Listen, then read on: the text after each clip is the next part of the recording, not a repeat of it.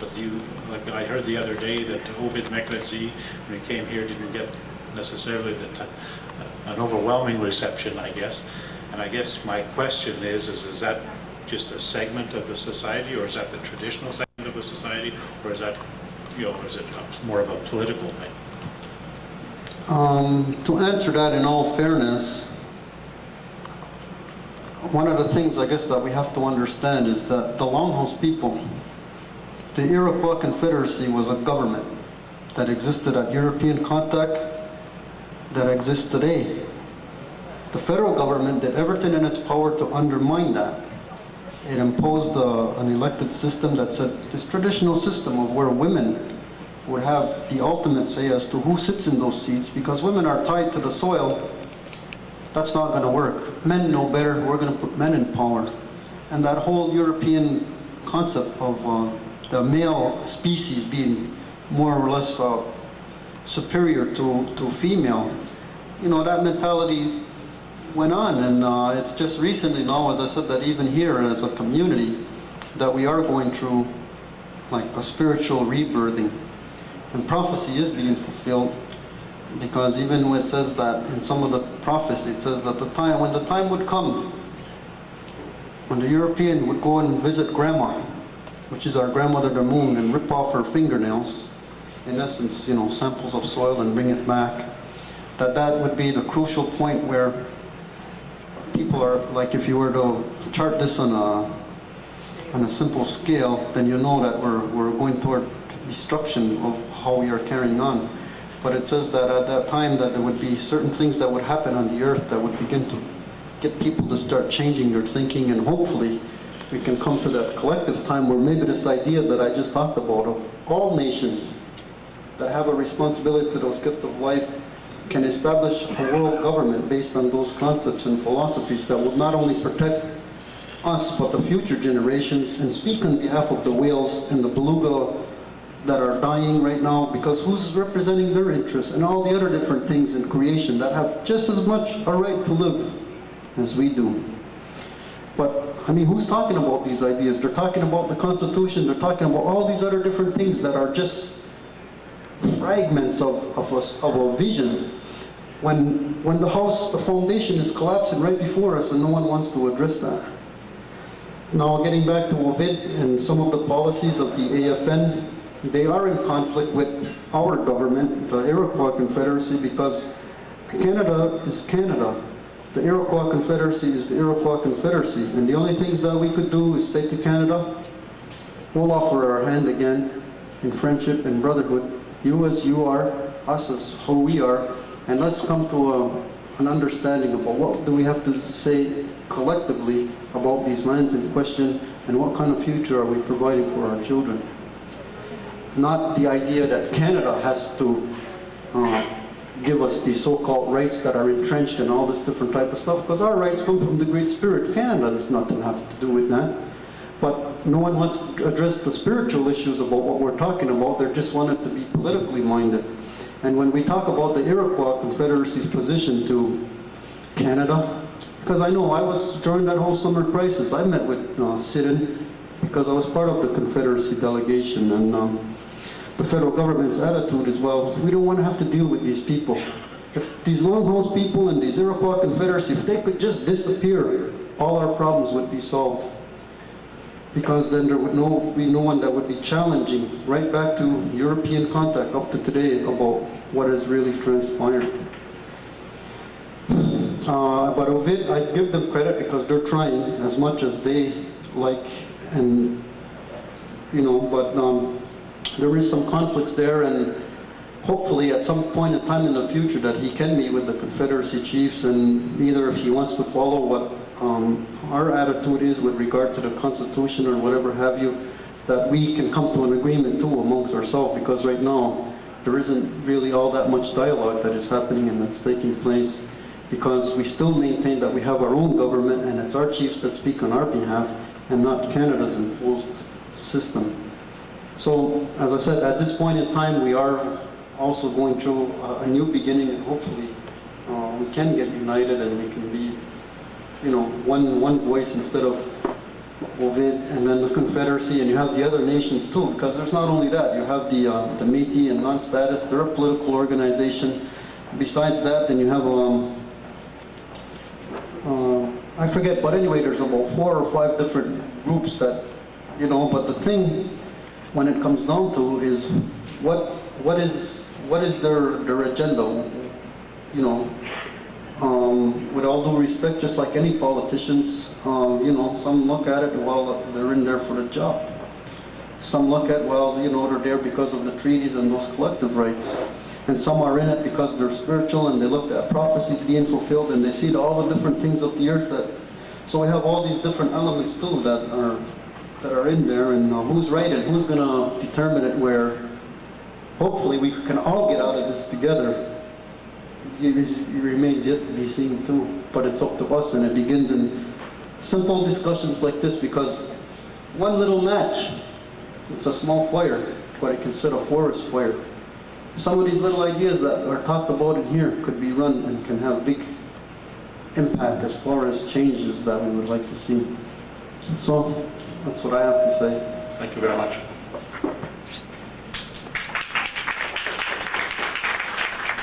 Well, my question is with regard to, I know on Saturday you talk about a native church, and I don't know if this is going to be Saturday's discussion, but I'm very interested. You talked about the ecumenical aspect of spirituality, and your cousin did also this morning about what was happening in Morley.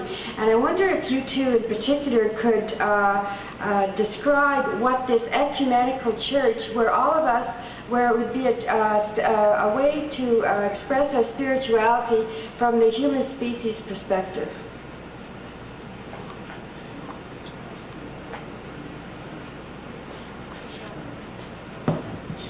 The thing that Mike was talking about is the fact that the religious, the clergy, have this order from the Pope to saying you must involve the Indian more in your teachings and in your church. And they in turn want to know what it is they're going to put into their church and say, this is the guideline, this is the limit, this is what should be used, and this is what's acceptable, and this is too much for us.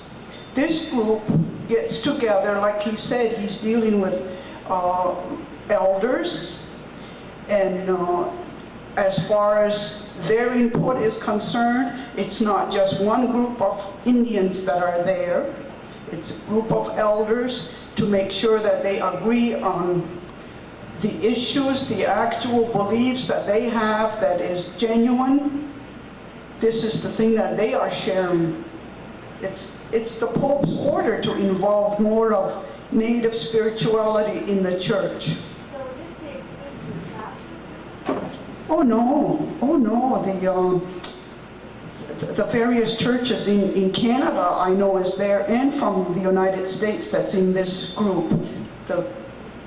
Somebody mentioned Anglican. There are several, the Presbyterian churches. That's just Christian. Well, that's there. I'm concerned about the Indian input. Whoever is there, it's wide open. It's a big council at their conference that they have. And it seems to me, it started very small, just among Indian people sharing, because the young people in the universities, Indian students in universities, were asking questions and the professors weren't able to provide them with any in-depth answers, and they wanted to know more. As you know, many of them visit the prisons, and many people have come out of the prisons that want more. You know, I don't know why, but we have a great native population in the prison system in Canada, and we have a lot of people involved in this type of stuff long before the Pope came to Canada. This has been going on. Can you go to the microphone, please? What I'm trying to understand is, would this be a kind of a service for all, where all of us can come together in the same faith of the Creator and spirituality. That's what I'm looking for. And so I was wondering, I was hoping that this was being formulated, and it seemed to me that the notion of ecumenical touches on this too, and that's why I brought you into that also. It's the ultimate goal so that we can go somewhere and have one set of answers. That's what they're trying to do. You know, just like you said, is this what's going to happen? But we have problem with languages, the dialects, those things all have to be translated to make sure they're saying the same thing. I'll give you an example.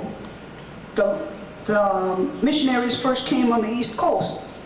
They say the Lord's Prayer, Our Father who art in heaven. They say it in English, and in their language they say, Our Father who art in heaven, who could be the same Father that we have in heaven. You know, they go along and pray that way, and it's in there all the time. The doubt is there. You know, many people have various doubts. We have, tomorrow we'll cover a little bit more how we've adjusted the catechism teachings to our way of life. Like our church services are sometimes very different than any neighborhood church that you're going to go to. We have things that are prevalent only in our church because it has so much Indianness in it, you see. So I don't know if that answers your question, but that's what they are trying to do, is to be able to give you a cut and dry question and answers about the native spirituality in, I assume in Canada, but I know US is also represented. Okay? Excuse me? I just wanted to say that I was also interested in not just having the doctrine, but also having the expression of the rituals and how that would be done, like you know, the sweetgrass and just the different rituals. I'm very interested in the Longhouse tradition and native spirituality, for example. May I say, I'm looking at ecumenism in a different way. I'm looking at it as a gathering of people of different faiths and different beliefs who can sit down and discuss what they believe, their faith, and be able to meet each other through the Creator. To me, that is true ecumenism. I'm not talking Catholic, I'm not talking Protestant, I'm not talking any organized religion. I am talking people of faith. And when this can happen, when we can sit down with our Jewish brethren and listen to what they have and understand what they have and let them have it without condemning it or disapproving of it in any way, which is exactly what ecumenism to me is. A complete understanding and accepting of the beliefs of others and respecting them. You see, I can't see this is the rule that we're going to follow. To me, that's not faith. Again, we're putting ourselves being sort of, you know, into a mold again. And we're not into a mold, we're individuals. Just one more thing on that. Don't forget, we have quite a few Indians, bands, various bands that have lost complete touch with that type of traditional religion or any kind of thing that deals with Indianness.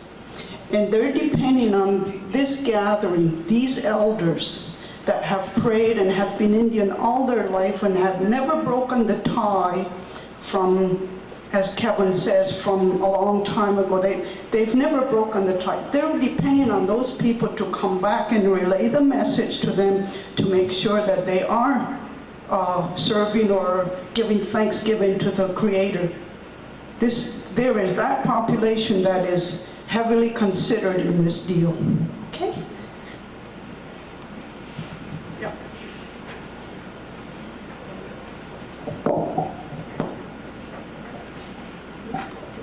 Now, I'm Kahirina June Jalil, and I'm Kahnawake Rowan, Kahnawake people.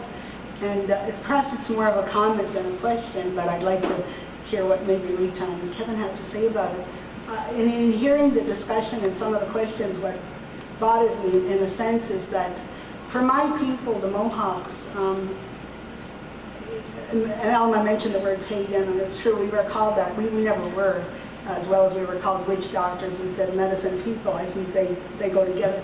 My comment is that when you're a Mohawk, and I was brought up Catholic too, and I believe very much, I read the Great Law, and as someone said, it's difficult to interpret, you get your own interpretation.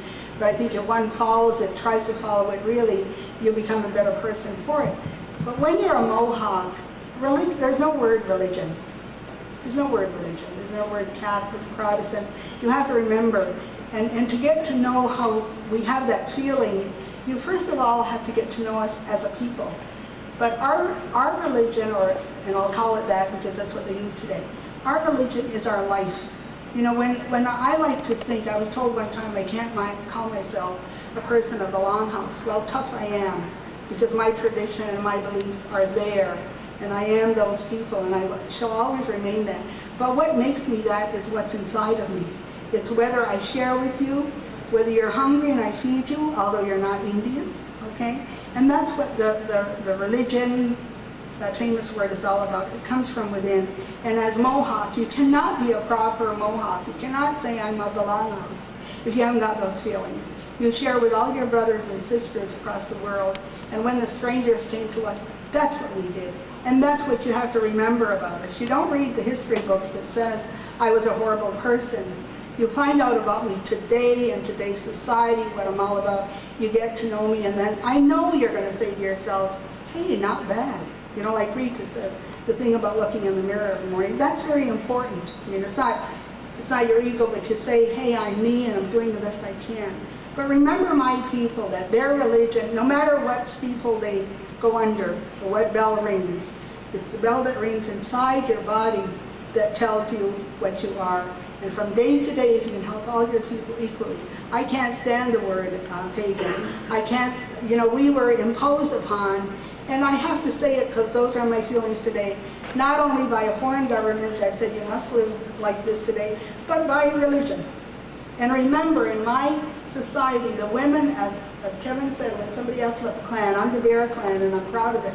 But women are very vital. Not only me, you too. Remember that you are the only ones that are going to save this earth, because you care about what happens to your children. Our people were always the nurturers, okay, and we had equality. Men weren't better than women, and women weren't better than men. So when we talk about societies, we talk about one for my people.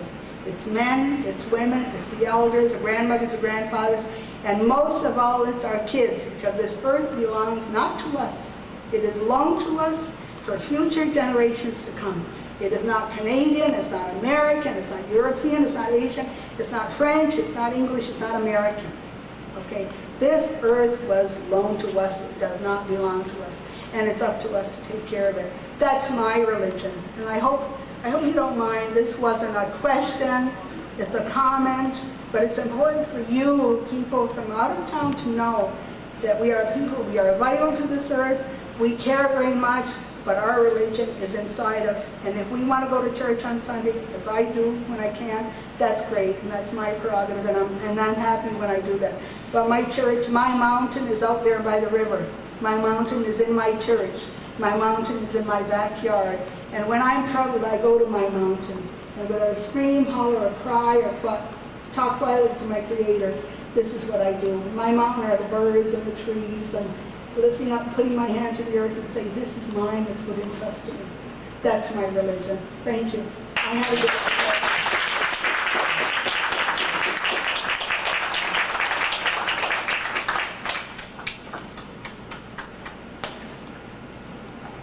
I may say that I'm quite overwhelmed by the great influence, great emphasis on community and love.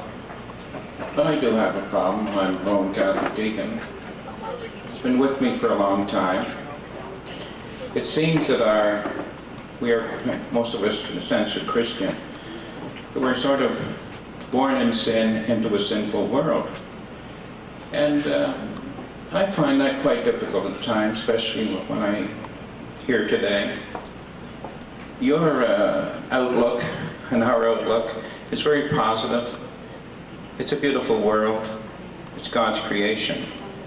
And somehow I've always had a problem of reconciling that I'm a sinner and in a sense born into a sinful world. And that seems to be the start sometimes in our rite and our rituals. And at times I find that difficult.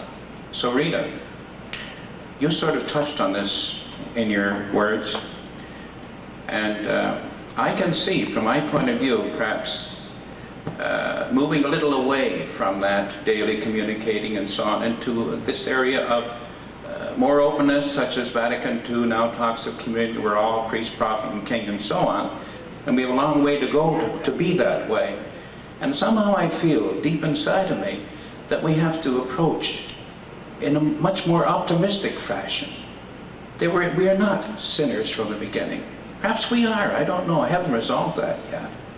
But certainly, we are children of God, we're baptized in the image of God and so on. Maybe it's the image thing, near God, but just that little bit below. So that is something I think we have to sort of battle with and reconcile. And I think that sits, maybe, and I'm wrong, with an awful lot of RC people, Anglican, Episcopalians, and others. Maybe you can comment on that. That's a big one.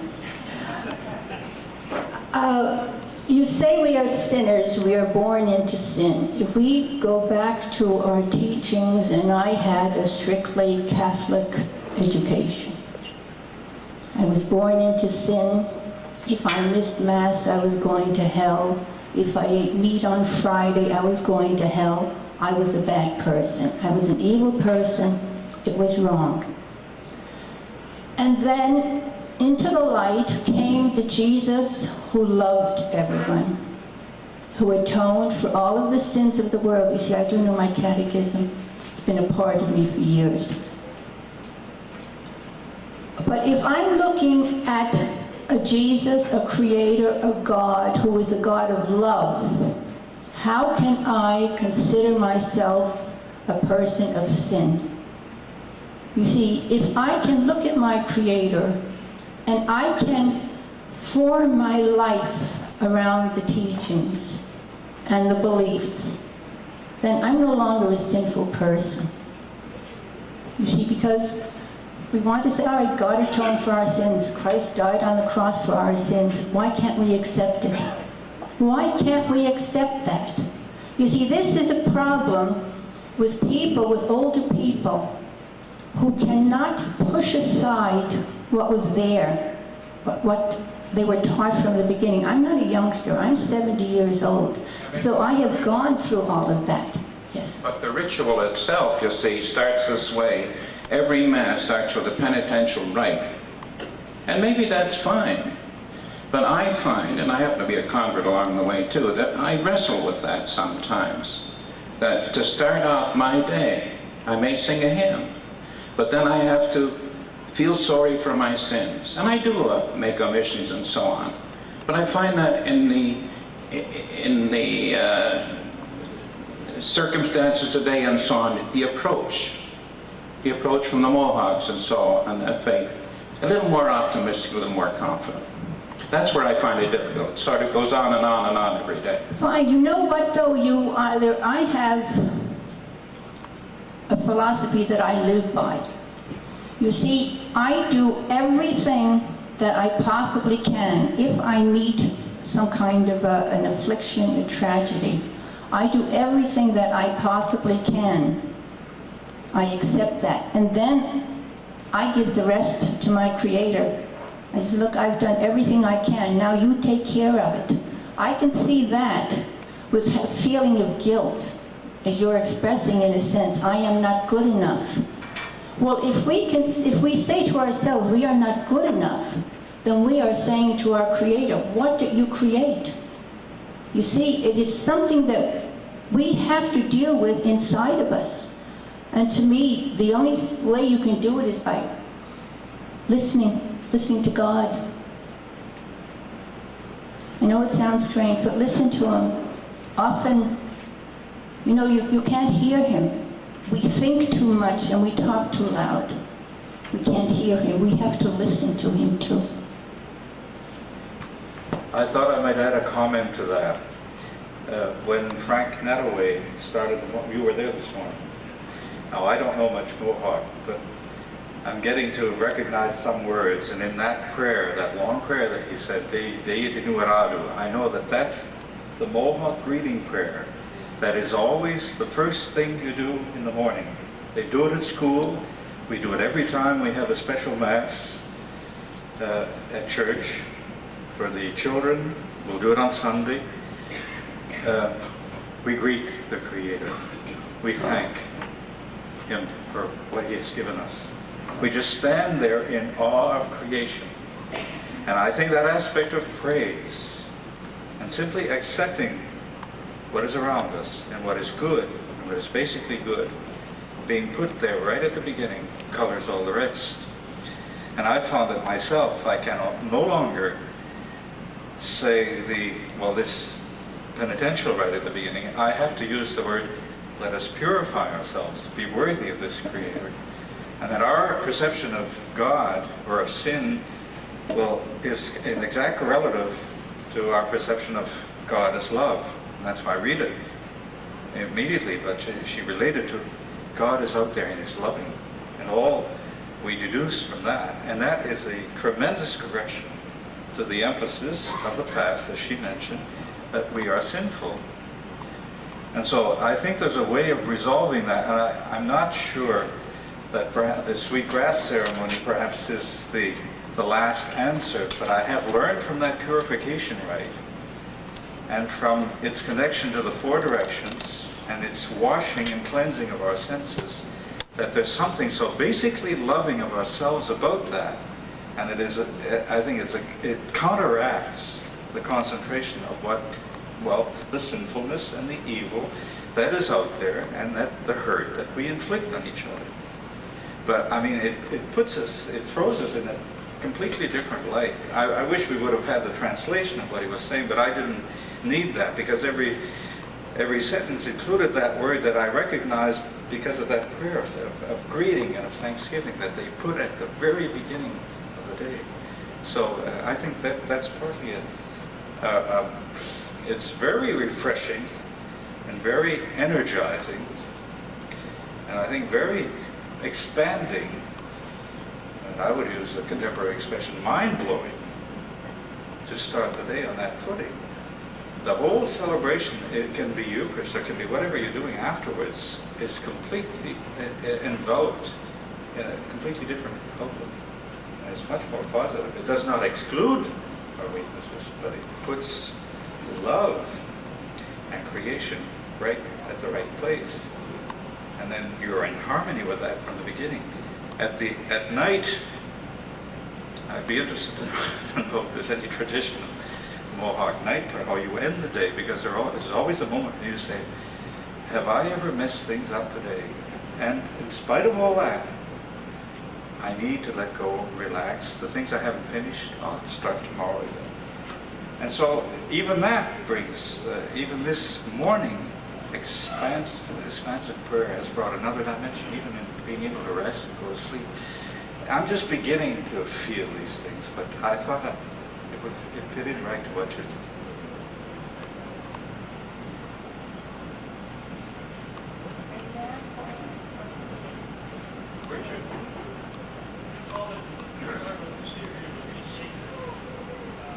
Doesn't know yet how the day ends. Maybe Kevin here can relate to that. Show people here, some of us will know also how the day ends. How the night.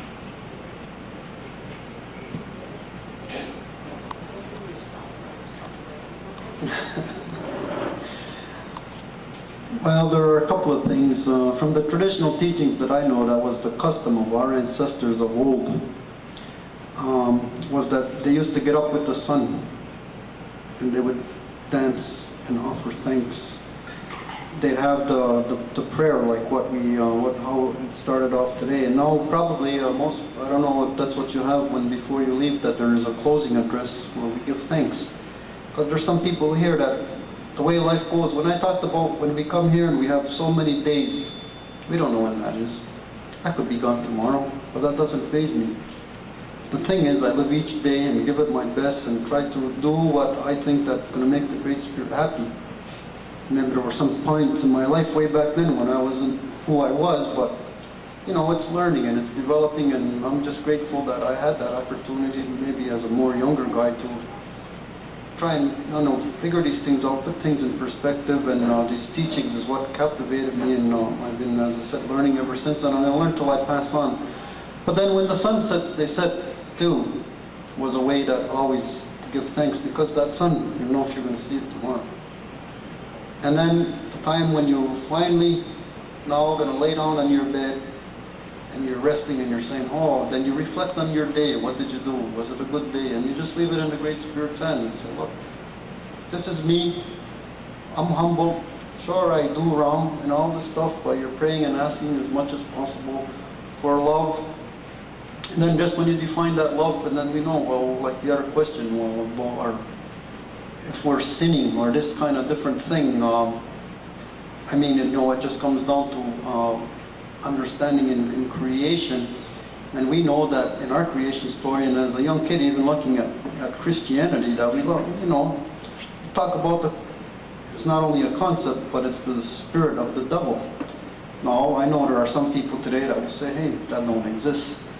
But in our traditional teachings, we know that there are twinness, that's in our mind, that the Great Spirit has a brother, and that's his brother, and you know, there are different things that happen. But nevertheless, we have to ask with the power to overcome, because there's a lot of things out there that is easy. It's always easy to do the wrong thing, but it's always hard to do the good thing.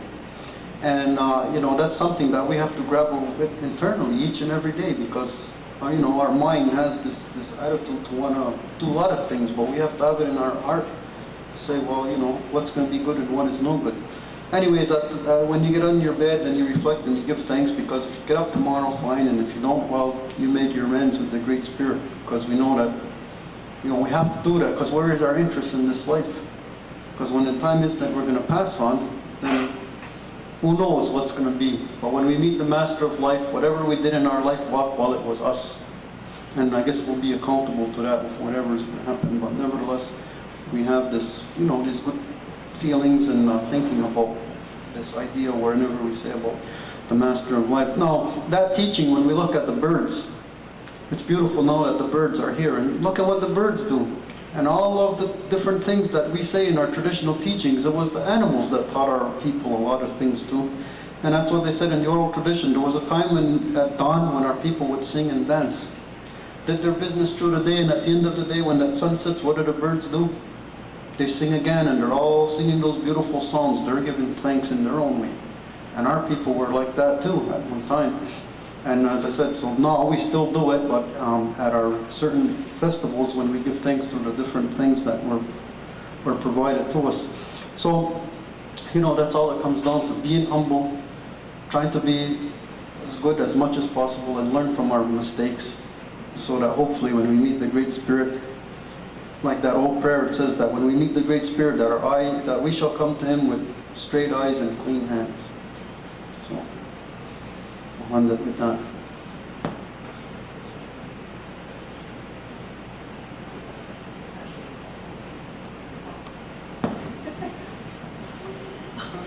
Is that enough, Mr. White?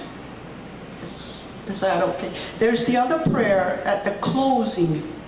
At the closing, when we're going to leave our friends, the closing prayer, especially when you've come together and people are going many distances, may you find your families the way you left them. There's all that thing laid out in the Thanksgiving, that we're separated. We were sometimes in disagreement, but very often of the same mind, meaning we agree on many of these things. And when you are parting, you're wishing them safe journey, hoping you all arrive the shape you're in right now when you get there, and that you don't get a surprise when you get there. And when we meet again is the word. When you hear somebody say sego, it means again, we're meeting again. You don't say sego again to a person you're just being introduced to. You know, when you hear the word hello, people say that means sego. You only say sego to someone you met before. So these are things that are so realistic. When you hear the Indian prayer, and you know the language, fortunately, you can appreciate more what the words are. No, I can't tell you much more than that. But it's all Thanksgiving. Thanksgiving for seeing such nice smiling faces here all day long, and interested in our way of life, the things that we appreciate and love. You people have sat patiently in this heat, and it's been wonderful to share this. And you're willing to learn, ready to give thanks along with us. Every day is Thanksgiving. Put up an orphanage. Do all these good deeds. Give to the poor. Give to all this. But you're mean to your brother or your neighbor. He mentioned about clean hands and good eyes. The buildings are beautiful, but they don't count if you're not good to your brother. Yeah, thank you. Any more questions? No? No. And I'd like to thank Rita, who touched our hearts all afternoon, and Mr. Deere, who touched our hearts a little bit too, and we appreciate it. Thank you.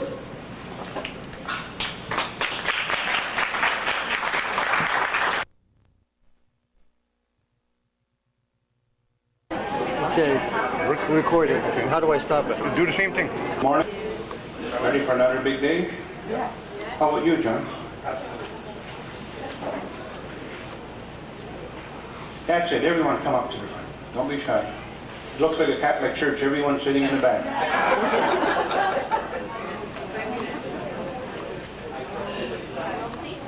We want a native church. Everyone in front.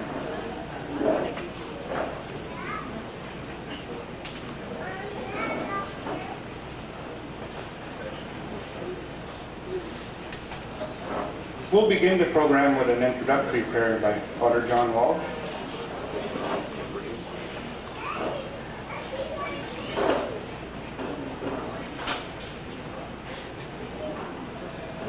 In front of that prayer, we'll have our own native reading by Bernice Mazur.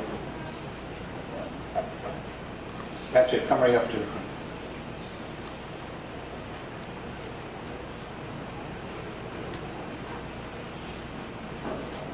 Bernie.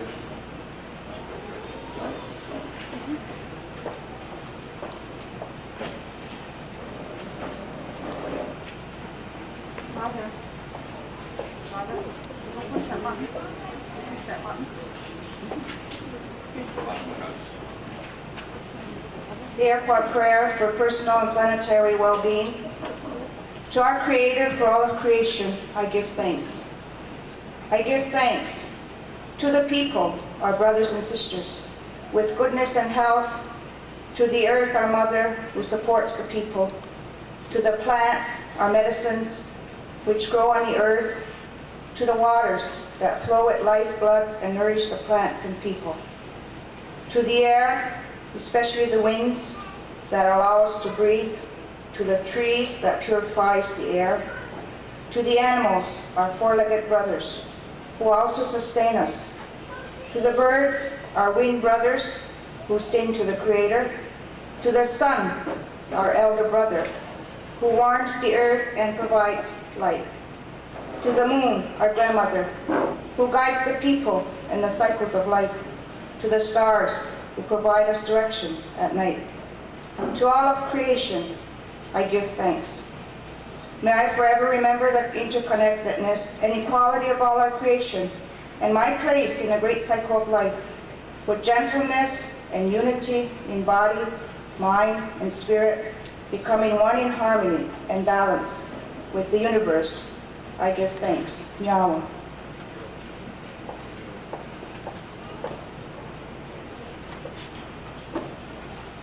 If the walls could speak, they would tell of the stories of the people who were within those walls. But if I pause for a moment and understand that before the Europeans came to Canada, the stones retain the stories of the grandparents. The stones become the guardian spirits because they contain the stories of the people. If I were to, for a moment, understand those stories and let the stones cry out, they would speak of harmony and of creation, of the lakes, of the mountains, of the birds, and of the people. In the written word, 3,000 years old, we can read from the prophet Micah, who tells us a similar story. It shall come to pass in the latter days that the mountain called the house of the Lord shall be established as the highest of the heavens, the highest of the mountains. And it shall be raised up above all the hills, and peoples shall flow to it, and many nations shall come and say, Come, let us go up to the mountain of the Lord, the mountain which is the house of the God of Jacob, that he may teach us his ways, and we may walk in his paths. For out of that mountain shall flow the law, and the word of the Lord from the temple. And the Creator shall judge between many peoples, and shall decide for strong nations even if they are far away. And they shall beat their swords into plowshares, and their spears into pruning forks. Nation shall not lift up sword against nation, neither shall they learn war anymore. But they shall sit, every person, under his vine and under his fig tree, and none of them shall make them afraid. For the mouth of the Lord of hosts has spoken. For all the peoples walk each in the name of its God, but we will walk in the name of the Lord our God forever and ever. Now.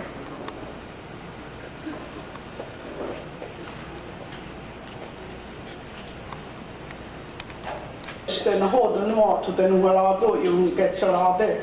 Ukwawadile wahuno ne yakisota tam tondi. Wakuno e kazle la diati takke. Ikwatsununi jo hadi kweni tahune kahior. Ana histona kisotu kuma tanu kwala so kuma wahuno. Ikwatsununi jo ezwawe. Nyao. That message was a greeting to our elders that just arrived from Aguadasne to come and join with us and share with us. And it is good to have you here from the Yakisota, meaning the grandparents, people of wisdom.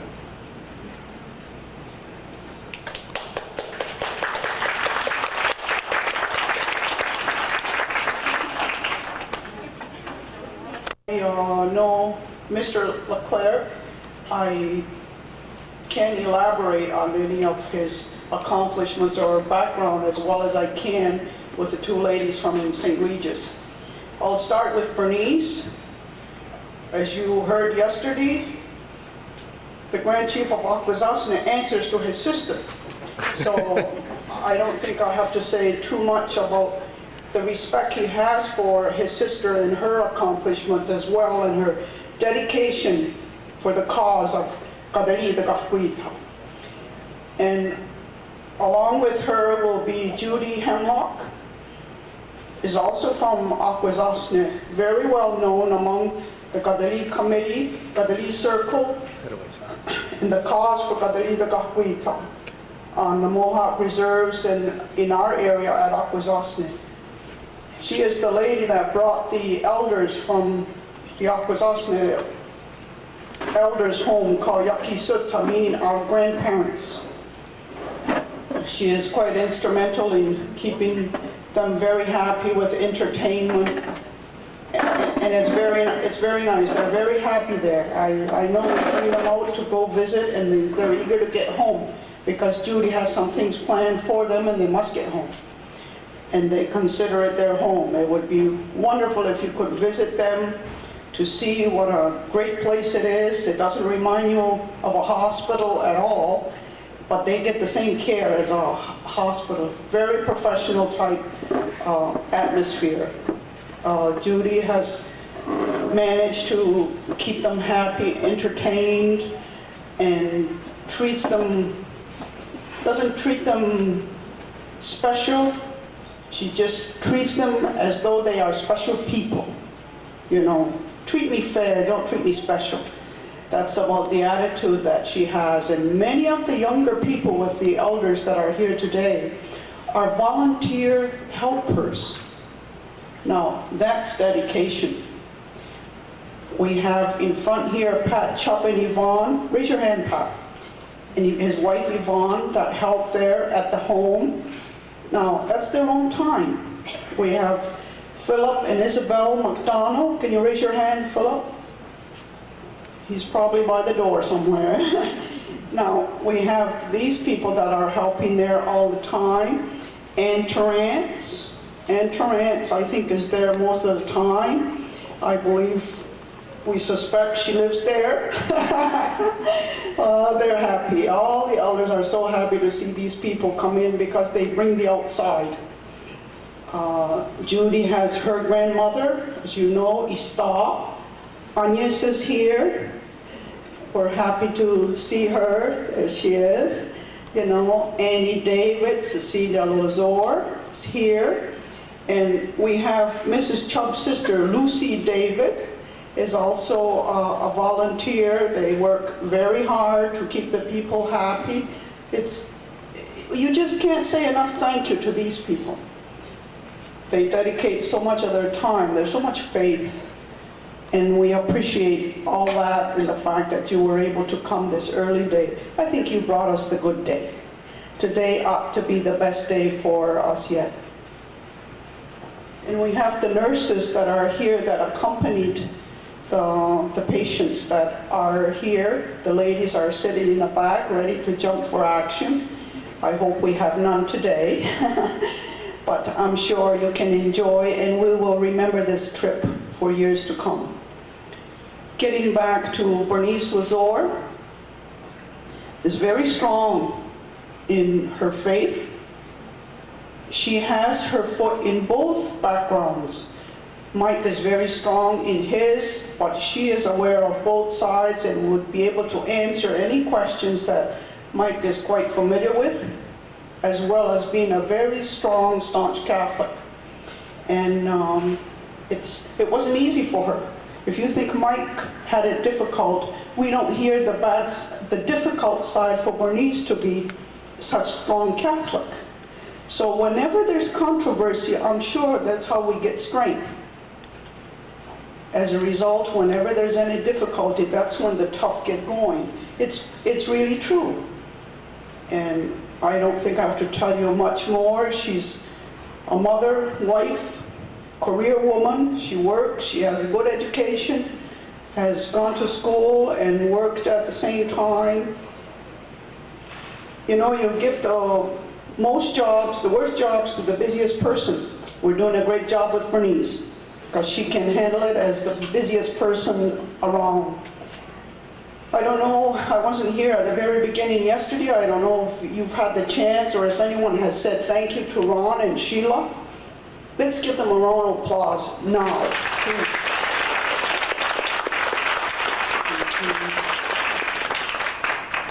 And I know the ladies behind closed doors, don't get the wrong impression. We're talking about the ladies in the kitchen. Okay, they put on a wonderful feed yesterday and worked hard all day back there, and they're at it already again.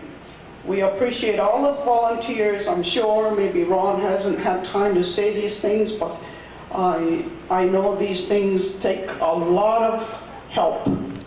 And he has plenty here. We can always count on Ron and Sheila when we have something going at Akwesasne.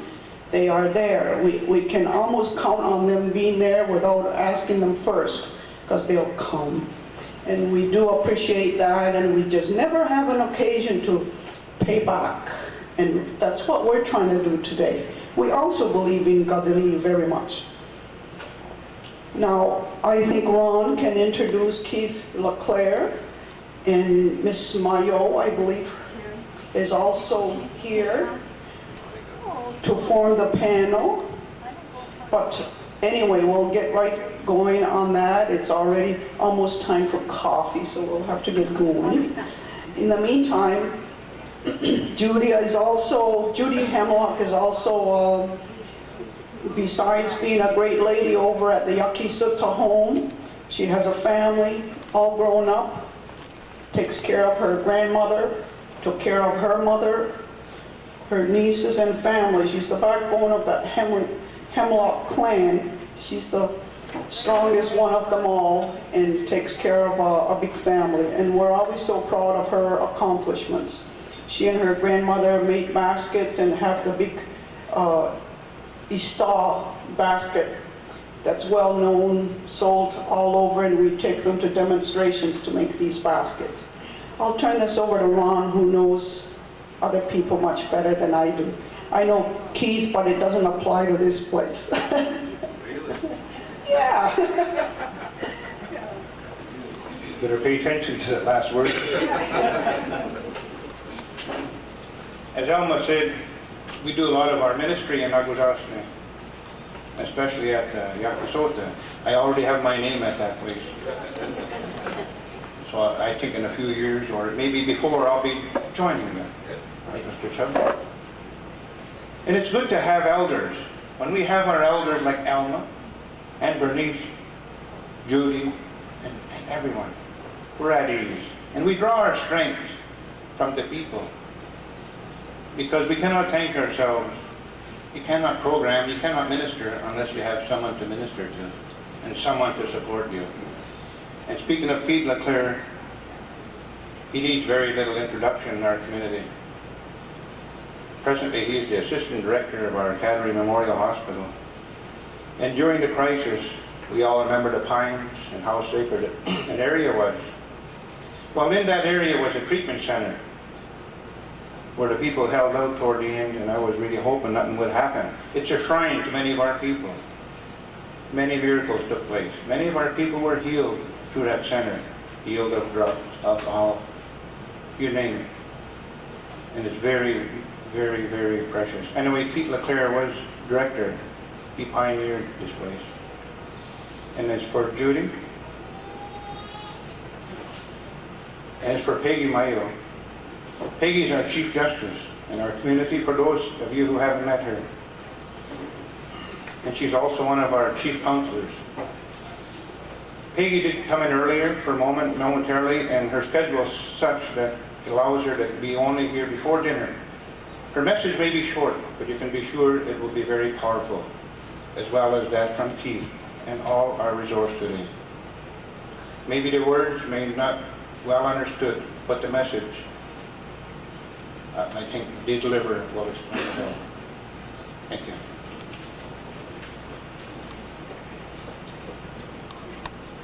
I just want to remind a few people that this is dealing with religion here and not politics.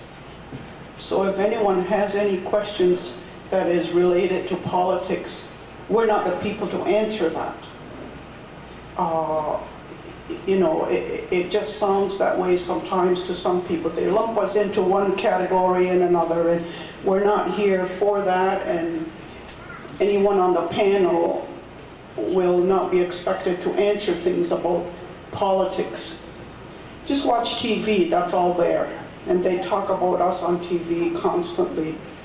But here we will not have the panel answer any politics. I'll turn the mic off. They won't be able to answer.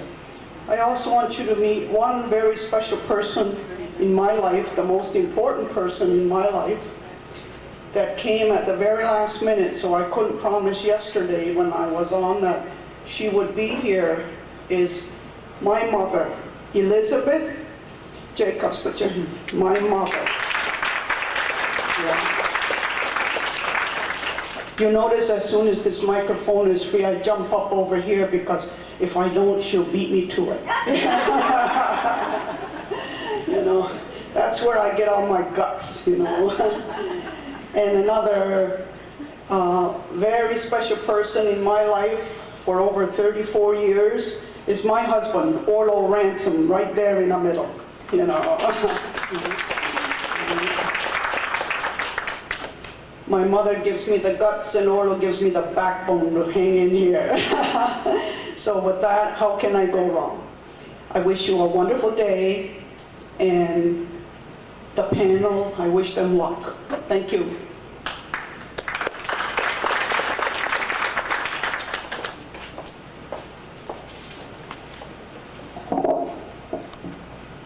Okay. My name is Bernice Lazor, Yagusanayewas in Mohawk.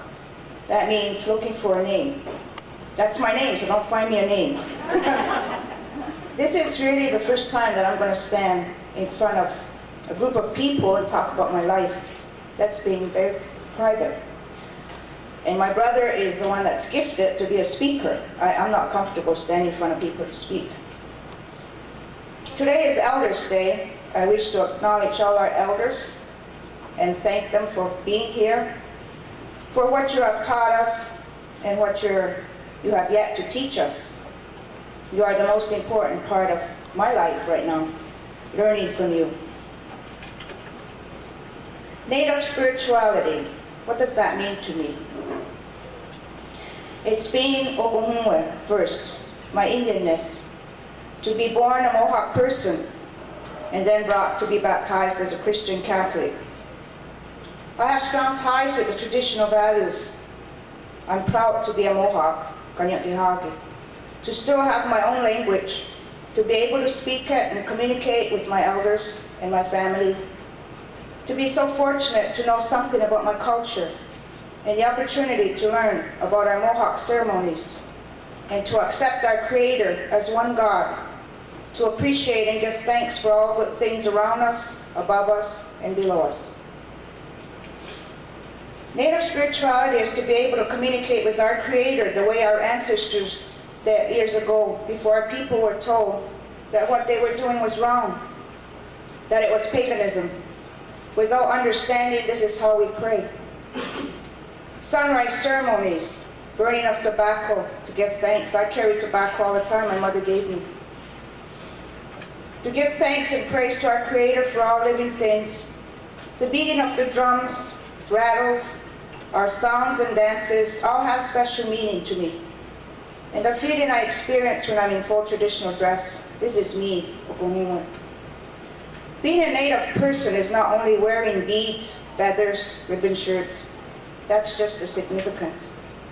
But what we experience inside of us, that we have something special to share with each other and with our Creator.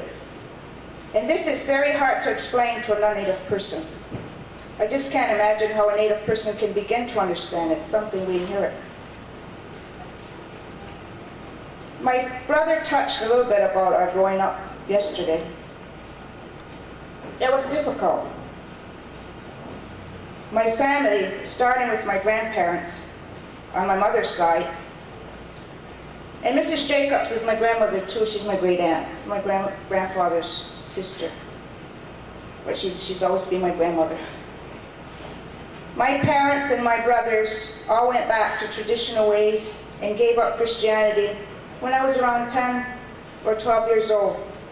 They didn't all go at once. They started going back to traditional ways one by one. I remained a Christian because I was comfortable being one. For one thing, I always loved to pray. I loved the rosary. And I was learning about Kadili the Gahwita, who was becoming a big part of my life in prayer. The Longhouse members did not talk about Kadili in the Longhouse. They did not talk about saints or the Blessed Mother.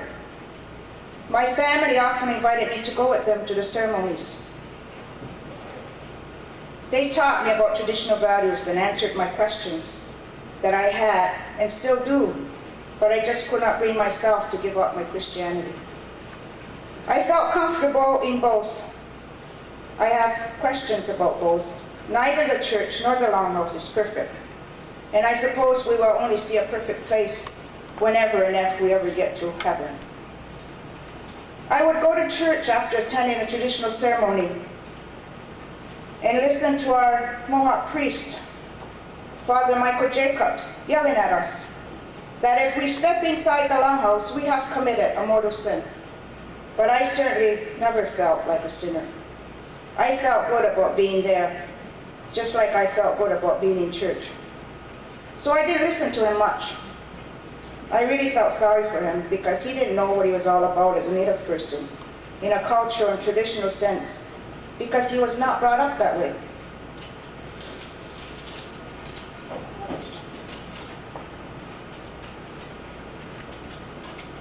I have to write my notes because my mind goes blank and I'm in front of people.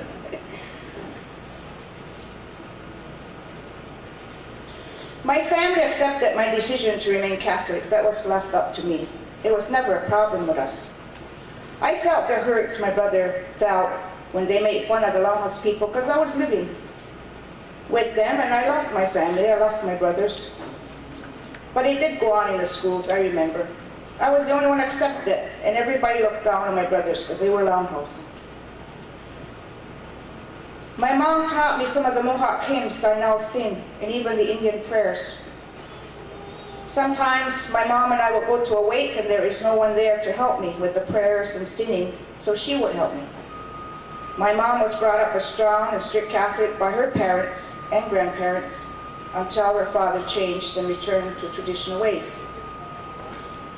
She always says, we went back to our ways. My grandfather liked to drink. He was a farmer. Whenever he took products, dairy products in, he would get into drinking, and he would get mean sometimes. When he joined the traditional Longhouse, they helped him quit drinking. He had an entirely different outlook on life and became a different person, actually a better person. My grandma and mom and everyone in the family were so impressed and thankful for what happened to him that they started to learn the traditional ways and eventually join him. My mom is a clan mother in the Longhouse. My dad and brothers, all faith keepers, and I have a young nephew, also my godson in the Catholic Church. He was baptized in the Catholic Church, who is a candidate to be a condoled chief in the Longhouse. That's quite an honor in our family. I have yet to go through a naming ceremony in a traditional way, but I plan to do it soon, along with my 3 sons, so we can receive our Mohawk names properly. My grandfather told me, he said, if you want to remain a Christian, then be a good one. But always remember, in order to get into the happy hunting grounds, you have to speak your language and know your sounds and have your proper name, according to the names given by the clans. I never forgot that. That was one message my grandfather gave me. We used to talk a lot. In the mid-70s, my cousin, I do have one sister, we're 16 years apart. My cousin, Sister Carrie Mitchell, Delia, approached me and another friend, Elizabeth Francis, to help her organize a singing and dance group, which we call Yakuzasne, Singers and Dancers. We started with about 25 members of all ages.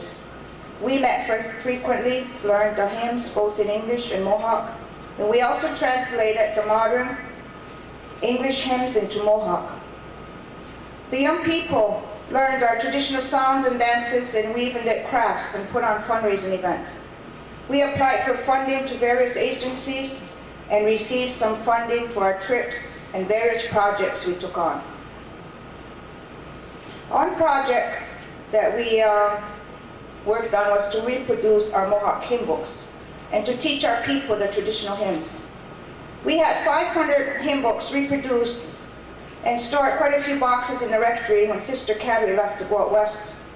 Recently, I went to collect the books and I counted 33 books in the box, which we needed for a recording of the Mohawk hymns we are presently doing.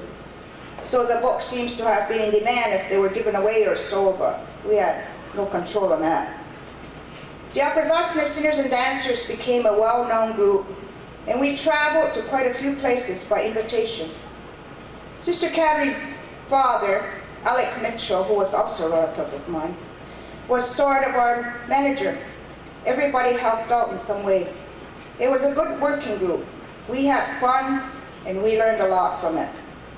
I sincerely believe that there was a lot of Native spirituality present in our group at that time, so this is nothing new to me.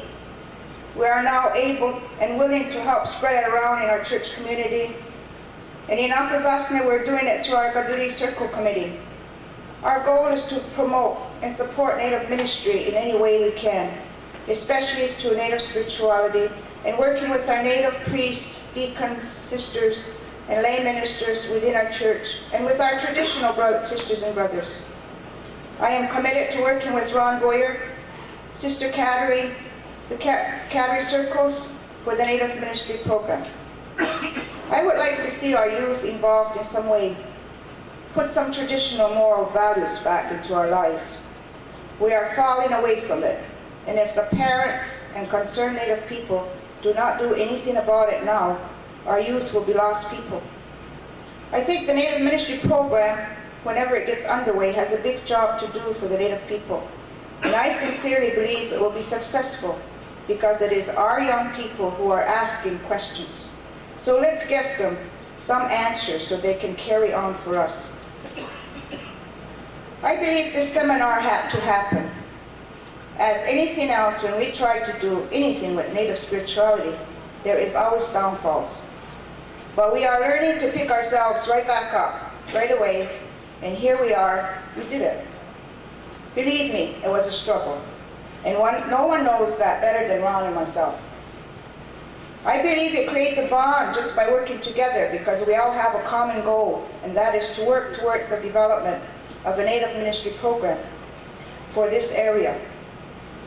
We do need the cooperation of the non-Native clergy, vicars, pastors, sisters, and that they stand behind us and support us fully, or get into our circle as silent partners and let us do our work.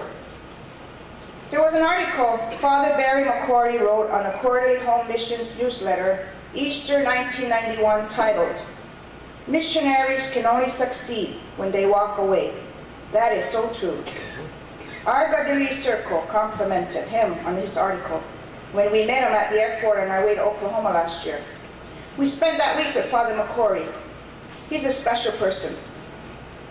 I have copies of that article here if anyone is interested. It's up here on the stage in reading it. We were hoping Father McCrory could join us today. He understands where we are coming from and really listens to us. And last night, we talked to him on the phone, and he's on his way here. He'll be here today.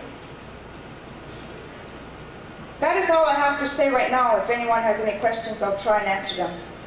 I'd like to thank our host, Deacon Ron Boyer, Father John Welsh, for having us here, and all the organizations, especially from Akwesasne, that donated to this seminar. If it wasn't for your support and donations, we would not have been able to carry this off. Go.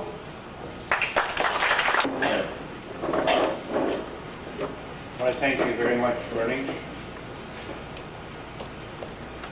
for your message. I'd like to introduce some of our elders from our community. Ida Goodley.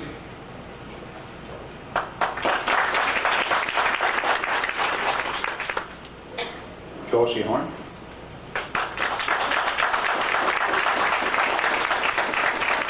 Josie is a retired school mom, a school teacher in the community, and she still continues contributing toward our schools, helping to keep alive our language.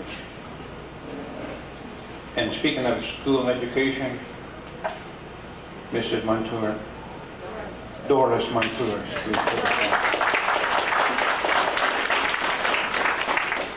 Doris Montour and Josie Horn are our elders, and they're also the elders of the United Church.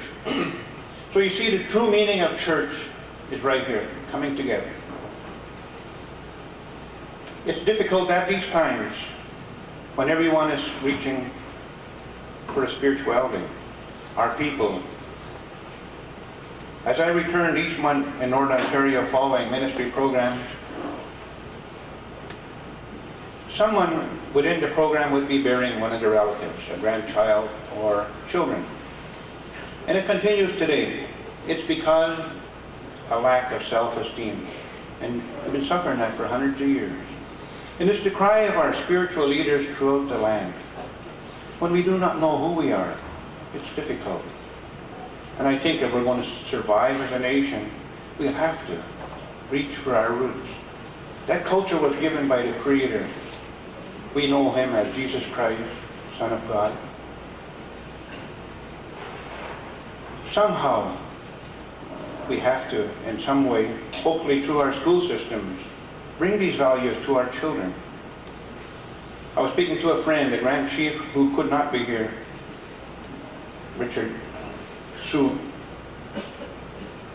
Gilbert Sewell, who is a former Grand Chief of the Kahnawake tribe in New Brunswick. And you know, he spoke of the Eastern Door that's opened in the East among the Mi'kmaq Nation. His family is the only family attending church. Everyone quit. His daughters in the choir, they all left. The door opened and they all became traditional. They don't need church. And the message we're trying to say, give to our people is, we need to know who we are. We have to go back to our traditional roots. But have an identity. It's okay to be Oklahoma. It's okay to be a Christian. And it's okay to be a traditional person. That tradition was given to us to help us to recognize and appreciate you, the people, recognize and appreciate our elders, and look upon our youth to give them leadership. This can only come by the values that were given to us, of reaching out in love, reaching out in this sacred circle, this gathering today. And that is the message we're trying to bring. And maybe some hurts are being mentioned, I don't know. But I think if healing is to come, we have to begin with the problem and speak about it. Running away from a problem will never heal, it'll remain there. It's up to each and every one of us. I heard an elder speak in Thunder Bay a few years ago. He went to World War II, and when he was coming back, he passed through this country of Holland. It was devastated by the war, and he was moved to see the people, as the war finished, all getting together, rebuilding. And then he returned to his homeland, a forgotten person. He was welcome to the service, but he was not recognized when he returned to the country he fought for. And worse still, when he returned to his own native community, the people were still crying about past. If we're going to dwell on the past, we cannot grow.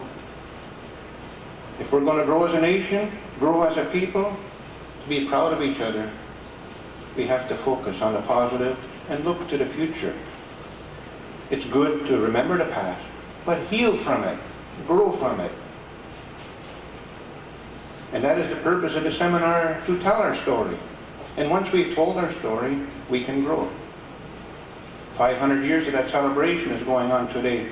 But we're celebrating as a Native community, building up our Mohawk Nation, building up spiritual leaders within the church, and bringing dialogue to our brothers and sisters, regardless of what they believe in, whether they're traditional. We're not trying to win over the traditional people to our church, but we're wanting to tell them we have that same Creator, and we want to respect each other for who you are and what you believe. And at this time, I'd like to call on our good friend, Keith LeClaire. Around this room right here. So obviously it was intended, and I think that it's only Ron that really knows why he's putting me up here to talk to you when I should be sitting there listening to you. Anyways, let me share with you the information that I'd like to. As Ron mentioned, presently I work at the hospital here. Before that, I did work at the treatment center in Kahnawake. And before that, I also had the opportunity to work at the Assembly of First Nations. That's the office in Ottawa. And I had the opportunity to work in the health portfolio. Part of the good parts about that was I had the opportunity to do a lot of community health development across our land. And through my travels, I think I've had the opportunity to go to approximately 330 of our communities, our First Nation communities. And what I want to bring back to you today are just those things that I keep on finding that are common, whether we're here in the Mohawk Territory, whether we're in the Algonquin Territory, whether we're with the Ojibways, or the Crees, or the Dene in the Northwest Territories, or the Athabascans up in the Yukon. A lot of the things that people talk about, it's all the same, and it all relates to Native spirituality. Just one little point. When I was up in the Northwest Territories, I was in a place called Ray. Ray is about 90 miles outside of the Yellowknife. And I was at a conference, a health conference. And all of a sudden, through the second day, I had a very warm-hearted gentleman who sort of took a liking to me. And he was about, I would say he was between 85 and 90. And he was the most active person I can remember. But what he did was he says, "This is your first time here. I want you to come with me." So I got in his truck. The guy booted around like he was 16 years old. It took me about 30 miles outside of the community. And he took me to the mouth of where the Great Slave Lake enters into the Mackenzie River. And it's an awesome sight because the water is just starting to flow at a quicker pace. And when he got there, the first thing he said to me was, "I come over here when I have to think about healing myself." Because he says, a lot of times I start getting bad thoughts. I start getting angry at people in our community. I start thinking bad things about what the non-natives have done to us. But he says, I have to come here, and he says, I have to sit just to listen to the sound of the river, to be able to hear what's really inside of me. I'm a part of this river, and I'm a part of this land. And what I really learned after we were driving back was the person was very uncomfortable. He was very uptight, and it was something that had happened within his own family.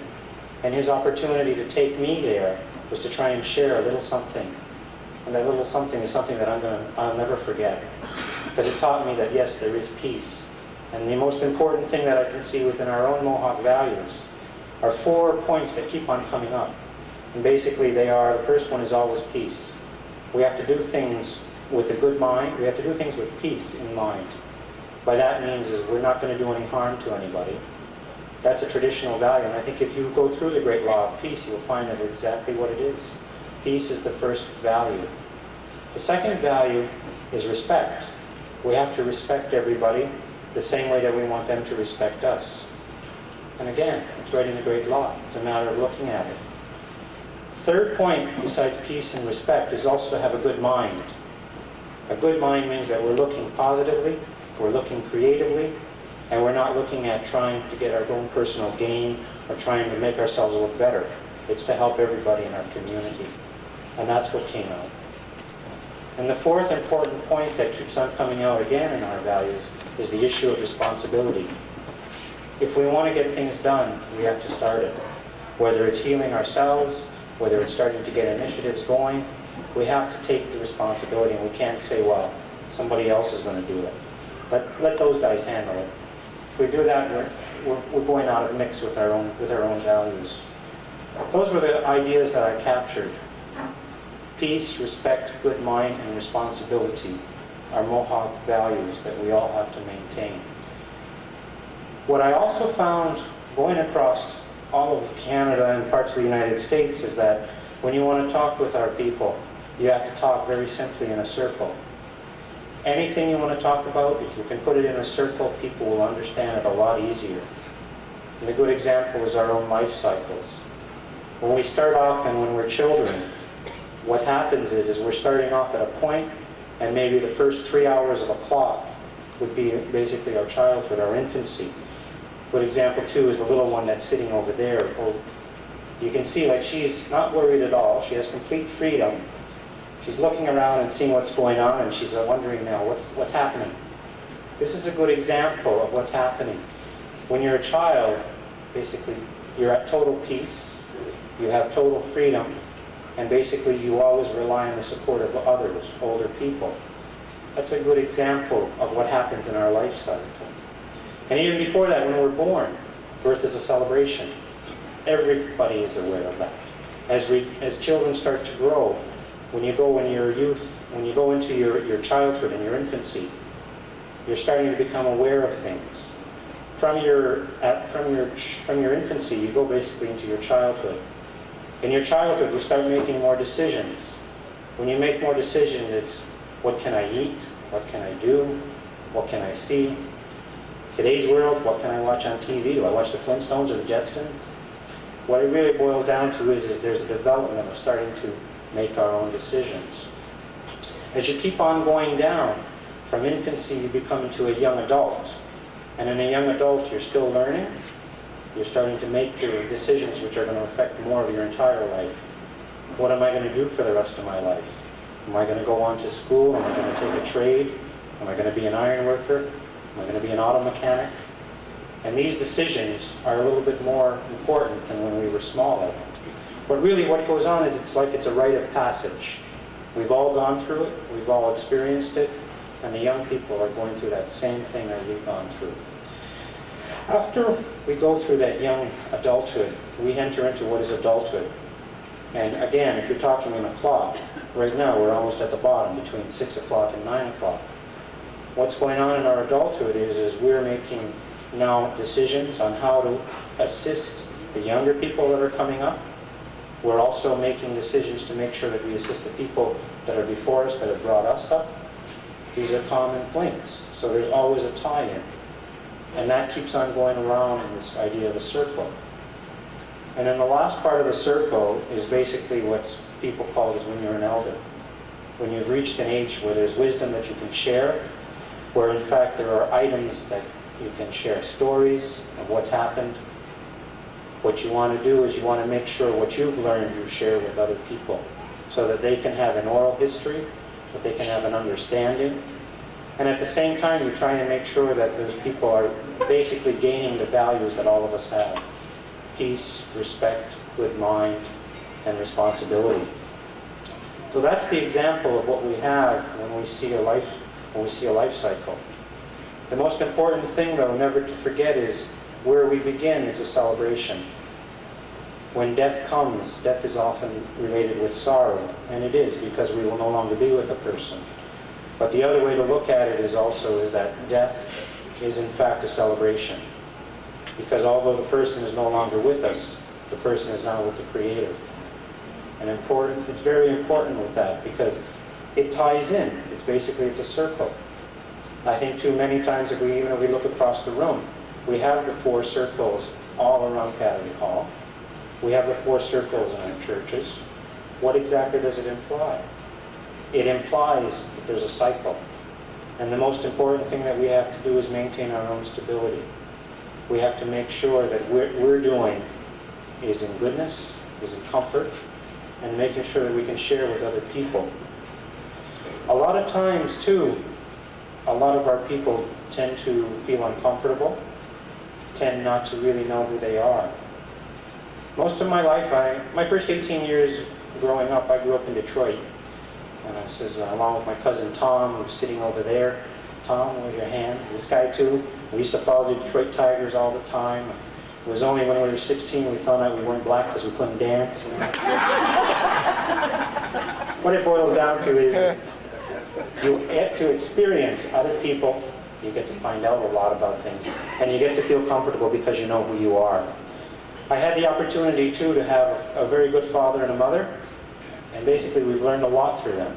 I had a very good aunt and uncle growing up there, right there in Detroit with me. They always impressed upon us the importance of being a Mohawk from Kahnawake. That was so special, and in fact that specialty has never been lost. The other aspect too is every summer and every Christmas we would come back over here, make sure that our tie-in is right with our community. And a matter of fact, there was no difference whether you spent your fall and your school year away and you came back over here because we were all one big family. And I think a lot of times in our changing community now, that seems to get lost a little. I think it's important that we take our responsibility to make sure that everybody feels again that we're one and we're together. That's the most important aspect. Because there's so many good things that are happening. When I was at the treatment center, as Ron said, during the crisis in '90, where there was a lot more uncomfortable feelings, the one thing that I kept on thinking about while I was here in Kahnawake and unable to get into Kahnawake was that the treatment center there, it's exactly what Ron had said. There's peace, there's tranquility, there's serenity there. And no matter what had happened, it always felt as if our Creator and our God was watching over all of this. And a lot of times too, when we think about it, the treatment center, as well as the one in Kahnawake or in Partridge, in Akwesasne, basically they're healing places. And the whole thing is when people understand alcoholism, what really goes on, it's not a question of telling everybody, well, this is what alcohol is a disease, you got to be careful, don't use it anymore. That's not really what rehabilitation is about. Rehabilitation is about understanding who you are, making sure you're one with yourself, making sure you understand that there's a power stronger than yours. Basically, that's our spirituality. And to express that spirituality, it comes from within us. Each one of us is spiritual, and our spirituality is right here within us. The one thing that I always think about is our definition of spirituality, native spirituality, is to be positive and to be creative. Anybody who is positive and creative is spiritual. And the way that I look at it a lot, think of something or someone that is not spiritual. That is basically, what is the opposite of positive? That's somebody that's negative. And what is the opposite of creative? Something that's destructive. We all have the opportunity, thank you, John. We all have the opportunity to be able to understand that. There are two things. The spirituality is within us. How we make it grow is for ourselves to decide. That's the responsibility. How we share it, that's again how we do things. Within the alcohol, within AA and within CA and the other support groups, there's basically a common thread, and that thread is we have to walk our talk. In other words, what we're saying, we have to show in our actions. And I think a lot of this what we're doing right here, shows that we're more than just giving lip service. Over time, a lot of our people have had difficulties in understanding who they are. If we're like that, we have to give the opportunity to make sure that people know who they are.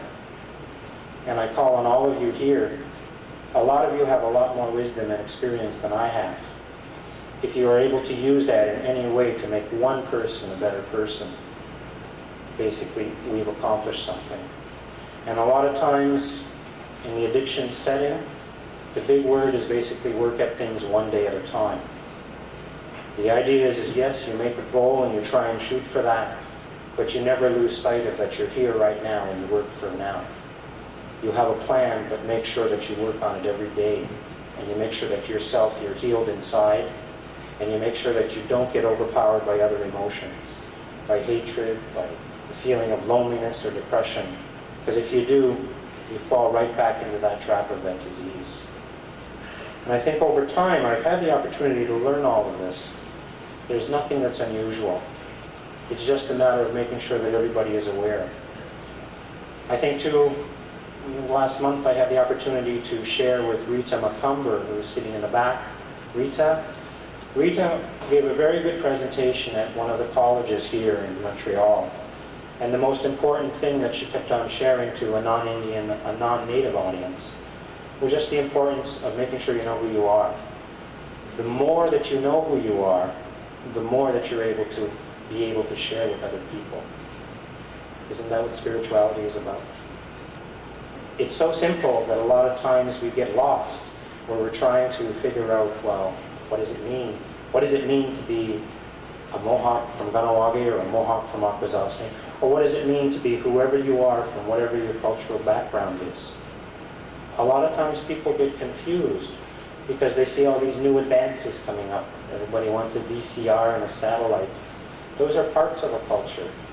But the important thing is that the culture comes from within. And the way we learn what comes from within is what we learn from people like yourselves, like my parents, like my grandparents, who I've never had the opportunity to meet. In fact, a lot of you here, I see you as my grandparents. It's very important that we look at that, not just as a family being myself and my wife Jackie and my 2 kids. That's not it. And my mother and father. It's more than that. It's this whole community. If we can learn one thing new, then basically we've accomplished something, because we've shared something very important, ourselves with other people. So in fact, that's the focus that I look at a lot of times. If we look at things in a circle, we have to balance everything. We have to balance the good with the bad. We have to balance our actions with our words. We have to make sure if we keep that balance, we're going to be on the right road. But a lot of times we don't think about that right road, because most of the people think, well, what's spirituality? Spirituality means you got to go to a church. Spirituality means you got to go to a synagogue. Basically, no. Spirituality is right here. And the method on how we want to share our spirituality, that's secondary. What's more importantly is what we have inside of us. If people understand that, then there's no problem about failing to see, well, I'm of one religion and these other people are of another religion. It's all the same. The important thing is how we look at it and how we impact it positively and creatively on other people. Well, I think that those are my thoughts for now. I think if there are anything that I can share with you later on, I'll always be over here. And like I said, I think Ron, a lot of times in his wondrous and mysterious ways, usually gets things done. And why he got me up here, beyond me. Thank you very much. Have a good day. Well, I'm going to be introducing Judy to come up in a minute. In the meantime, I'd like to acknowledge another part of the delegation from Akwesasne, our own parish priest. Most of you probably remember him even as far back at Orisville, because he came from Orisville before he came to Akwesasne. His name is Father Thomas Egan. He's at the end in the back.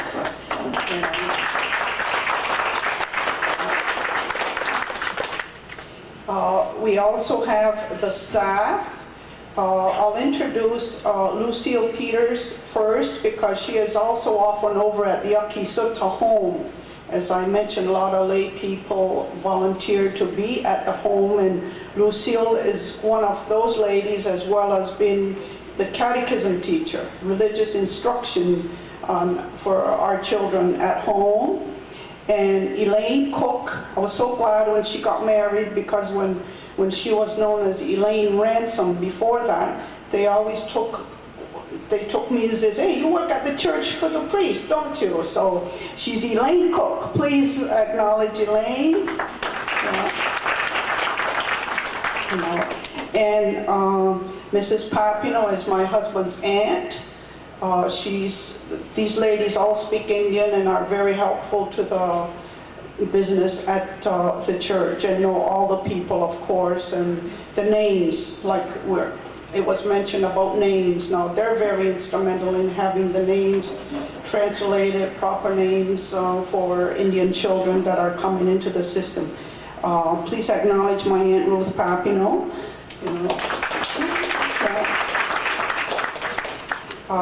Father Boyle, as you remember, was Father Béchard's counterpart in the States, is now also at St. Regis, and I believe already he's holding the fort back there while everybody's here. Wonderful. Well, we'll acknowledge him when he gets here. I see Brother Gerard is here. He replaced Brother Savard, who was there many, many years. Never learned 2 words of English or Indian, but we loved him. Brother Gerard, who has been here. We love him just as much. I'd like to see Judy come up, who's quite a real pusher and can really get things going, organized. She's real action-oriented and goes for results.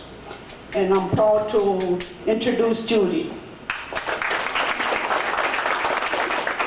And I'm that dynamic person. And says, Bernice said she couldn't talk, and she said so much. I said, well, that's some of my friends. And the reason that the girls talk about success in my story, in my job, the success is not myself. The success is in the people that I work with, and especially the volunteers of Yaqui Sutta. They are, if they weren't for them, I would not be a success in the facility. I'd like to say good morning to everybody. I have said good morning so many times today that I can't imagine. I started at 6:30 this morning saying hello, hello. I haven't said hello to Father John, the ladies from Syracuse. Hi, everybody. So I'd like to thank everybody, and they really put me in a spot to have to come up here and talk today. I'm not a talker either. I'm all right at home, but not in front of a crowd that I don't know. Thank you. My name, of course, I have notes too, but I wrote it myself, and my daughter-in-law put it on the computer. So she ripped it right out last night, was all ready for it. My name is Judy Hemlock, and I'm from Akwesasne. I am employed by Yaqui Sutta, Home for the Elderly, which is located in the Snai district of Akwesasne. Akwesasne opened its doors 16 months ago and has a capacity for 30 residents. We have currently 26 elderly residents. We have one man there that will be 101 years old this July. Frank is quite the man at our home. He is the sparkle in our eyes every day. There are two ladies who reside there who are each 92 years old. One of these ladies is my grandmother, Agnes Goro. Alma introduced my grandmother today. And the other is her next door neighbor, Mrs. T. Both of these women were very active 6 months ago, making basket, an activity they have done all their lives. Both of them are very devout Catholics. Grandma was always a church worker, willing to do whatever had to be done. For example, the Corpus Christi celebration in June of each year involved all the ladies of the village getting together 2 or 3 nights a week in the spring to make crepe paper flowers for this important church event. I remember this function so well because it was close to my birthday. When I was a child, I didn't know what day my birthday was, only that it was Corpus Christi. Mrs. T was a very religious person. She sang in the choir all her life. Over the past 8 to 10 years, she had to give up singing her high notes because of shortness of breath. Prior to her needing to move to Yaqui Sutta, she was always faithful in going to church regularly. Today, she carries her rosary beads all the time. On December 1st of 1991, I never would have thought that 1 year later, my life would be so different. But then, at the same time, it wasn't different. On the evening of December 1st, 91, I was so excited about packing my clothes for a 7-day cruise to the South Seas. About 7 p.m., the doorbell rang. My girlfriend Beatrice came in, and we got busy talking about my trip. She told me she knew about the trip and wanted to talk to me about this job that was posted in the papers. I told her I had read it a few times. She went on to tell me that nobody had even applied for the job. The job was for a social activity director for Yaqui Sutta. I told her that I hadn't thought too much about it. I jokingly said that I had the qualifications except for the education, and that I felt that my chances of getting it were slim without the education. So she told me that I was the only one that she could think of that could do good in this job. She told me that with the experience I had gained over the years doing work in the community, that I had a lot of things going for me. So I said, I look into the job when I got back from my trip. My job at the time was driving school bus. I had been in this job for 20 years. If I'd have had the education, I could write a book of what happened to children over the past 20 years. After the crisis of '90, sadly, these children became unbearable. I never in my life thought that I didn't like children. I prayed a lot that fall. My grandmother always believed in prayers. She always said, work for the church. Somebody has to do it. You young people have to take over. So I did all these things and my prayers were answered. When I came home from my trip, I went to the office and filled out an application and forgot about it. As it was getting close to Christmas, I was starting to ask if the job had been awarded yet. The answer was always no. On Christmas Day, I got the most beautiful Christmas present. I opened a box with a sweater in it, and on the envelope on top of the tissue, and an envelope on top of the tissue. I opened the envelope, and there it was, a letter that said that I had gotten the job at Yakisota. I started my job on December 27, '91. I was shown around the facility and was even given an office. When I saw the office, of course I checked the walls to see what I could put on them. Then I looked some more and said, where's the computer? I thought that might impress her because I didn't even know what one looked like at the time. So I now bought my son and I bought my daughter-in-law a computer. That's how I got my papers today.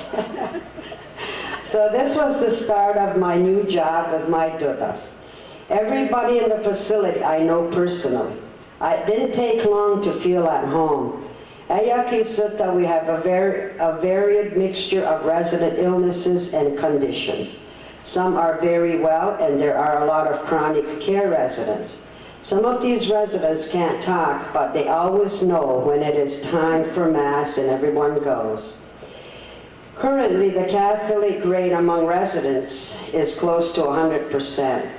So prayers are very important. There is one resident who worked in the church all her life. Today, she's the one that takes care of the Mass on Thursday mornings at Yakisota. She sets up the linen and altars, and she even hired a lady to make new linens for our altar. And our altar is just a table in the activity room. John and Reverend Ron Deacon Ron Boyer have been there to say Mass quite a few times. The Assembly of God Church is very active at Yakisota. The church minister and her group came in twice a month to pray and sing with the residents. Religious activity is one of the more popular activities at Yakisota. All you have to do is mention prayers and the resident hurry to the room where prayers are being held. Last month we lost a resident, and this was the first time that the family came in every night for the 9 days of prayers at 6 p.m. Traditionally, the 9 days of prayers following a person's burial is said at their last place of residence.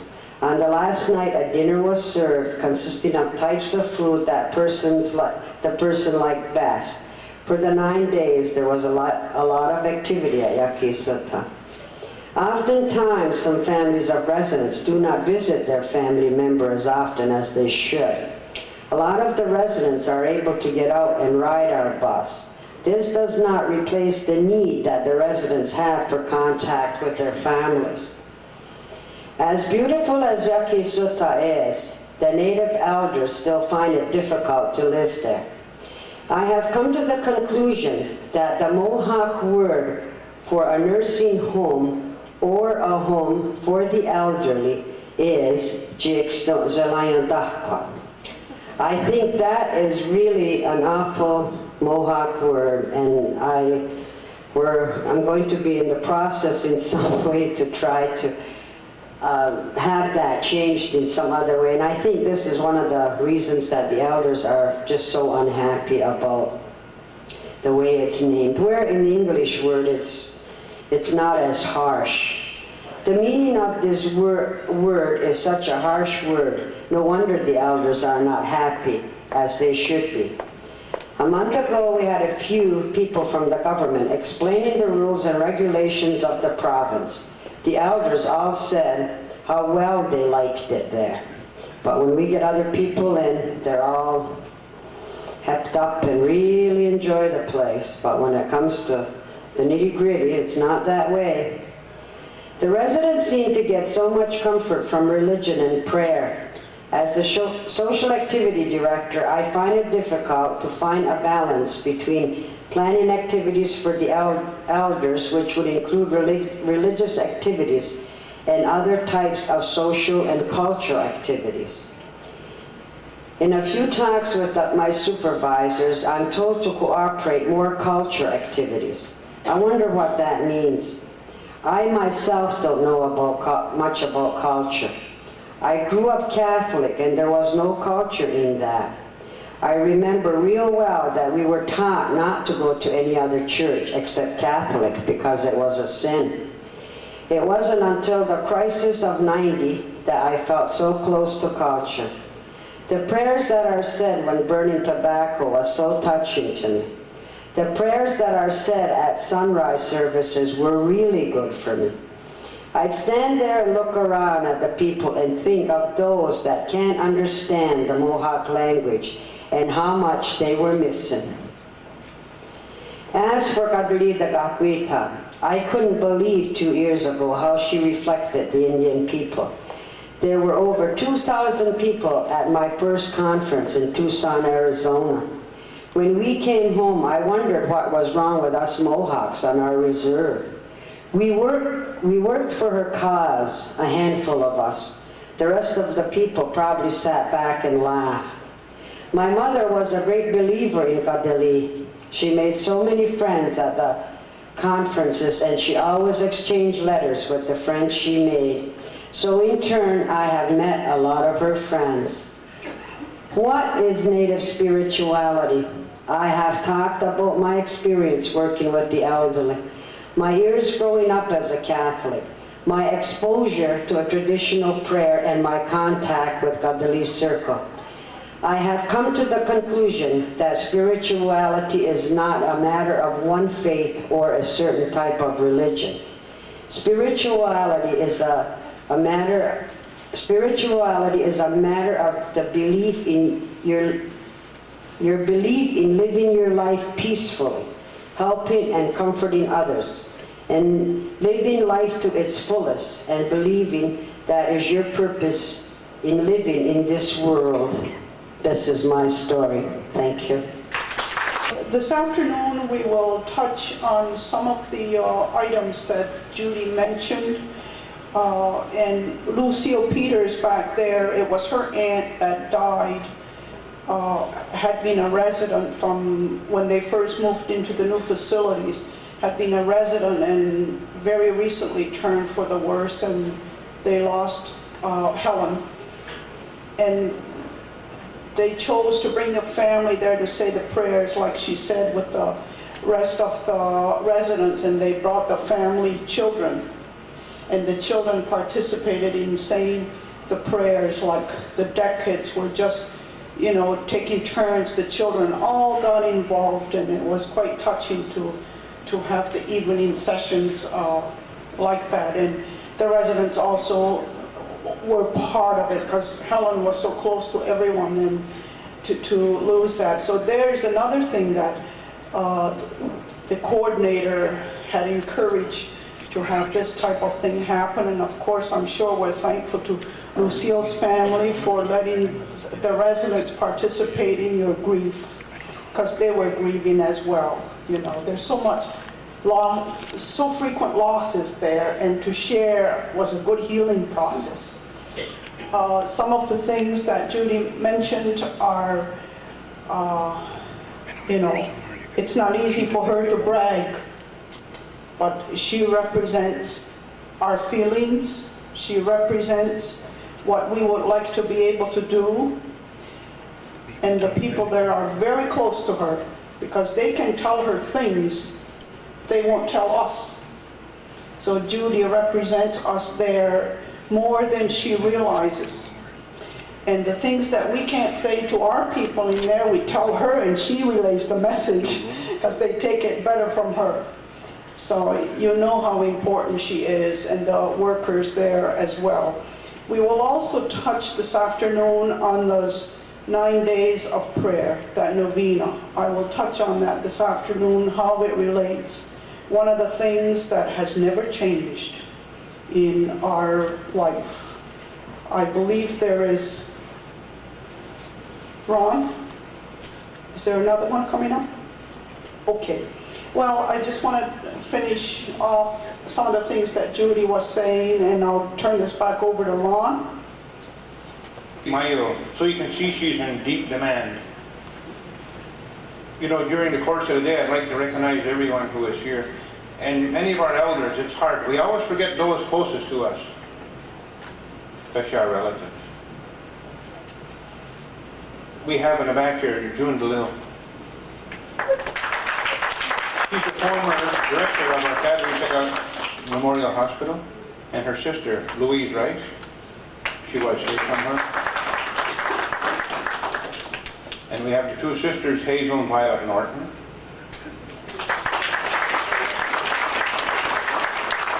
And Rita McCumber, who you met yesterday. We have Anita Dixon.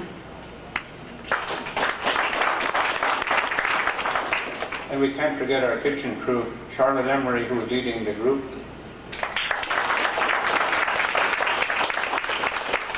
Dirty Invisible Arm, and Josie McGregor. Bessie Skye.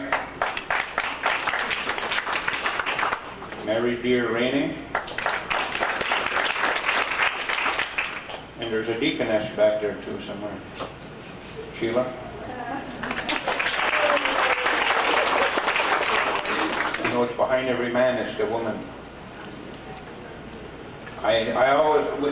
We always travel as a team, but we always forget our wives. And without our wives, we have no strength. And that is, I think, one of the greatest things in Vatican II when they restored the permanent diaconate. Because our presence at the altar is not a shining star. But we represent you, the family. Because this is why Christ, he was a party monger, they said, things like this.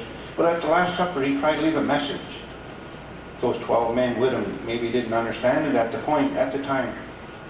But the idea was a family setting. And I think, and I'd like to believe that the presence of an ordained deacon at the altar is representation of you, the people. Also in our group here today, I would like to recognize we have a Curcio movement. I'd ask all those Curcias to stand.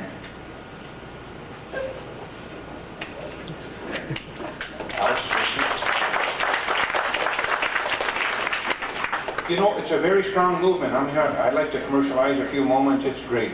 You know, it's a movement of the Spirit. A short course in spirituality. And up to last fall, it didn't exist in our community. So 3 of us took a dare, a challenge, and we went. And then our wives followed the following month. And now we are up to 9 members with 5 women candidates in 2 weeks' time. So I think the Spirit is very, very much at work. And this to kind of help us toward the building up of a community of believers. Many of us have fallen away, and as we tell our story today, I'd like to encourage anyone who has an occasion, opportunity, should it arise, to take part in a Curcio. It's one of your greatest investments of time. Also, I'd like to recognize a special group of youngsters who are with us during this conference. They're here under the program Heritage Discovery Project Aguasasme. And one of them is running the camera here. They are Kevin King, Vivian Smoke, Sione Fox, one of my people, and Jack White.